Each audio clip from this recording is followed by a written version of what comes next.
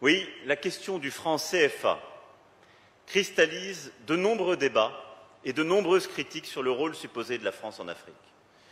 Et c'est la jeunesse africaine qui la pose. J'ai entendu à l'université à Ouagadougou les critiques qui étaient faites à la France.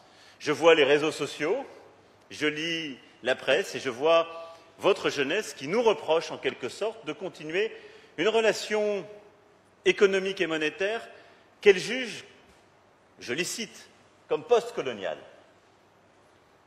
Alors, moi, je n'appartiens pas à une génération qui a connu le colonialisme. Beaucoup des jeunes qui nous le reprochent ne l'ont pas connu davantage, et parfois prêtent à cette époque les difficultés d'aujourd'hui.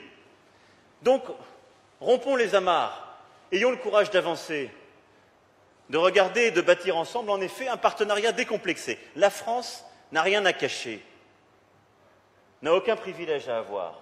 Elle n'a qu'à aider ses frères, ses sœurs à réussir, et cette jeunesse africaine à conquérir son avenir. C'est pourquoi j'ai souhaité pouvoir mettre à plat l'ensemble des sujets pour écrire une page nouvelle de notre histoire commune, qui mette fin aux oripeaux du passé, aux malentendus, parfois à des dispositifs qui n'avaient plus beaucoup de sens, et qui permettent aussi de bâtir une plus grande intégration régionale, car l'avenir de cette jeunesse de vos pays est dans une plus grande intégration régionale qui permettra davantage de circulation et une plus grande stabilité des économies entre elles. Et je sais ô combien, cher Président, c'est votre ambition, votre souhait et presque l'ouvrage de toute une vie professionnelle. C'est aussi pour cela que j'ai souhaité accompagner la réflexion engagée par les chefs d'État de l'UEMOA et le président Ouattara en particulier pour réformer le franc CFA. Et je suis très heureux aujourd'hui d'être à ses côtés pour ensemble annoncer cette réforme historique majeure. Cette réforme vise à franchir ensemble une nouvelle étape.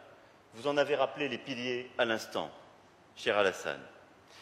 Le président Ouattara et les chefs d'État de l'UEMOA ont fait le choix de préserver ce qui fait la force et la stabilité macroéconomique de l'UEMOA, à savoir la parité fixe de la monnaie commune avec l'euro, d'une part, et la garantie de la France, d'autre part.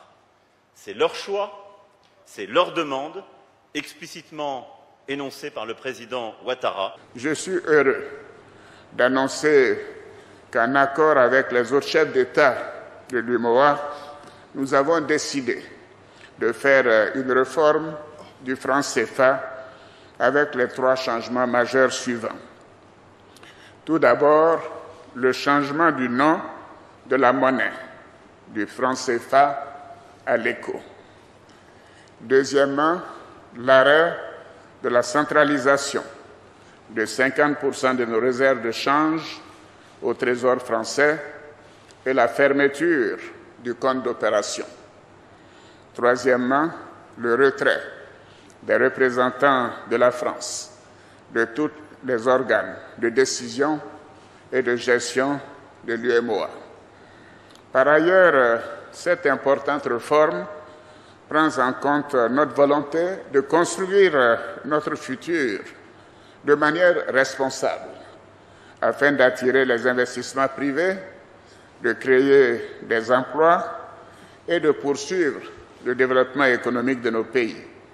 C'est la raison pour laquelle, dans cette étape de la réforme, les chefs d'État de l'UEMOA ont également décidé de maintenir la parité fixe de notre monnaie avec l'euro et convenu du maintien de la garantie de convertibilité si vous en étiez d'accord.